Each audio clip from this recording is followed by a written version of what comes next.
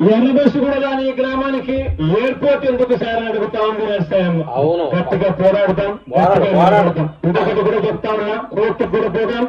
Case వేసినప్పుడు గట్టిగా దాన్ని ఆపే కార్యక్రమం చేద్దాం. విశాఖపట్నంలో ఉద్యోగం చేస్తే ఆ స్థాయిలోకి మనం పోగలుగుతాము అని చెప్పి ఆలోచన చేసి అడుగులు వేసాం మేము వైఎస్ఆర్సీపీ ప్రభుత్వం. అందులో భాగంగా మేము వేసిన అడుగులు భోగాపురం ఇంటర్నేషనల్ ఎయిర్పోర్ట్ 2700 ఎకరాలలో చంద్రబాబు నాయుడు హయాంలో ఎంత తెలుసా అక్విజిషన్ జరిగింది? కేవలం 377 ఎకరాలు అంతే. అంతే. అరే నీ అబ్బా, అంతలేకే మాట మార్చేస్తారు. పార్టీలు అందరూ అంతేనండి.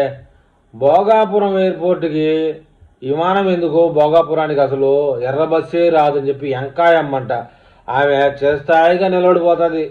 అయితే ఆమె ఫోటో మహిళ కాబట్టి ఆమె ఫోటో ఎందుకు లేని వాడడం లే ట్రోలింగ్కి.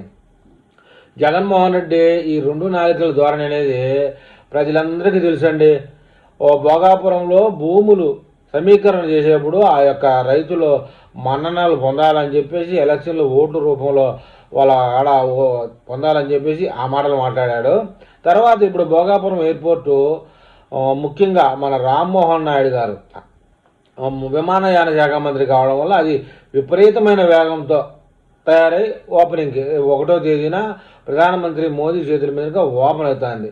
ఇప్పుడు ఆ క్రెడిట్ స్టోరీ కొట్టడానికి జగన్మోహన్ రెడ్డి నేనే కారణం, నేను అన్ని వేల ఎకరాలు సేకరించాను, ఇన్ని వేల ఎకరాలు సేకరించానంటే గూగుల్లో కొడితే వచ్చింది ఎంకాయమ్మ అంటుంది ఎర్రబసుడు అన్నదాటికి విమానం ఎందుకని చెప్పాడిందని ఈ మహానుభావుడు అన్నాడు.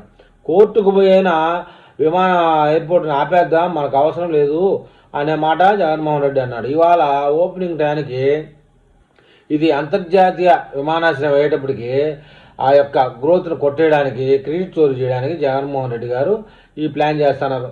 ఈ విషయంలో ఆ ఎంకాయమ్మ ఎవరైతే ఉన్నారో ఆమెని 30వ తేదీ ప్రధానమంత్రి భోగాపురం ఎయిర్పోర్ట్ ఓపెన్ చేసేటప్పుడు తొడగొచ్చి, ఏమమ్మా నీకు ఎర్ర బస్సు వస్తుంది, ఎయిర్పోర్టు వస్తుంది, అయితే ఎర్ర బస్సు రాదు కానీ ఇప్పుడు బ్యాటరీ గ్రీన్ బస్సులు వస్తాయి భోగాపురానికి, నీకు సంతోషమా అని అడిగితే బాగుంటుందని తెలుగు ప్రజల అభిప్రాయం. మరి ఈ విషయంలో ఉత్తరాంధ్ర ప్రజలు ఏమని కామెంట్ చేస్తారో చూద్దాం.